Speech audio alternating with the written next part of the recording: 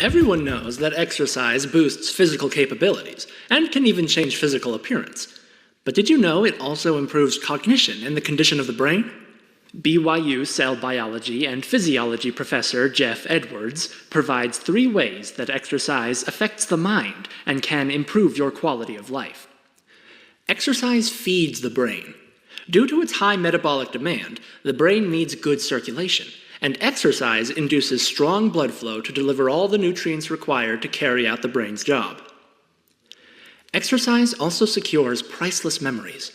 People hold their memories dear, yet in reality, we only remember a fraction of our lives. Exercise improves memory by increasing molecular targets like the brain-derived neurotrophic factor. The more brain-derived neurotrophic factor, the more the memory improves in function and capacity. Finally, exercise indirectly pacifies stress. Exercise reduces stress receptors in the hippocampus and minimizes the effect of stress hormones on the brain. Additionally, working out stimulates the release of endorphins that act on opiate receptors in the brain to create the blissful feeling of a workout high.